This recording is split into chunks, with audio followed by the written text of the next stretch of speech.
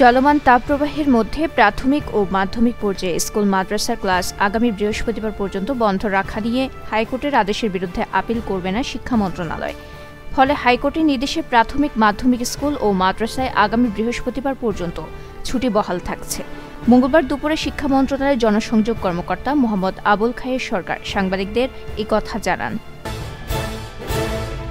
Learning gap কমাতে প্রয়োজনে ছুটির দিন শুক্রবারও শিক্ষা প্রতিষ্ঠান খোলা রাখা হবে বলে মন্তব্য করেছেন শিক্ষামন্ত্রী ব্যারিস্টার মহিবুল হাসান চৌধুরী। মঙ্গলবার দুপুরে সচিবালয়ে গণমাধ্যম কর্মীদের তিনি কথা জানান।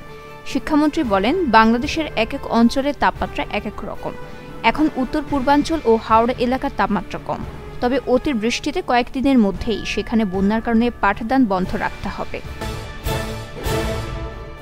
গত ৭ দিন সারা দেশে হিট স্ট্রোকে ১০ জন মারা গেছেন বলে জানিয়েছে স্বাস্থ্য অধিদপ্তরের হেলথ ইমার্জেন্সি অপারেশন সেন্টার ও কন্ট্রোল রুম। মঙ্গলবার সকালে কন্ট্রোল রুমের কর্মকর্তারা এই তথ্য নিশ্চিত করেন। এর মধ্যে সোমবারই ৩ জন মারা গেছেন উল্লেখ করে অধিদপ্তর জানিয়েছে, সোমবার হিট স্ট্রোকে মারা যাওয়া ৩ জনই পুরুষ। এছাড়া হিট স্ট্রোকে আক্রান্ত হয়ে আরও ৫ জন দেশের বিভিন্ন হাসপাতালে ভর্তি আছেন।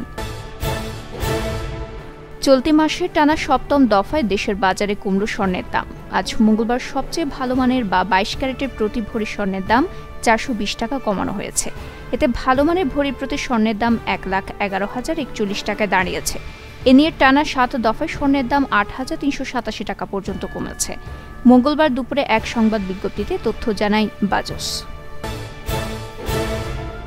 আগের তুলনায় ভালো করছে বাংলাদেশের অর্থনীতি। সবশেষ মুদ্রানীতি আর্থিক খাতে ইতিবাচক প্রভাব ফেলেছে। এ ধারা চলে আগামী ২ বছর জিডিপির প্রবৃদ্ধি বাড়বে। তবে রিজার্ভের উপর চাপ কমাতে মুদ্রা বিনিময় হার নমনীয় করার বিকল্প নেই। কথা বলেছেন আইএমএফের এশিয়া ও প্যাসিফিক বিভাগের পরিচালক কৃষ্ণা শ্রীনিবাসন। মঙ্গলবার সকালে ভার্চুয়াল সংবাদ সম্মেলনে এসব কথা বলেন তিনি।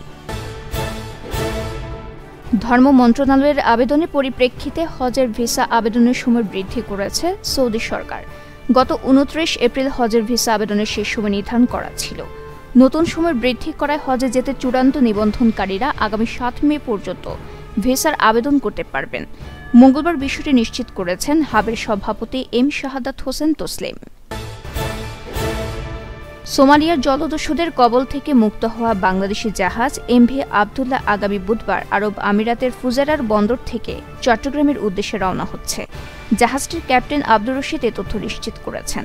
চুনাপাথর বোঝাই শেষে জাহাজটি বাংলাদেশ সময় মঙ্গলবার ভোর ৫টায় ২৩ নাবিকসহ মিনাস সাকার বন্দর ত্যাগ করে। এটি এখন ফুজারার বন্দরের পথে রয়েছে।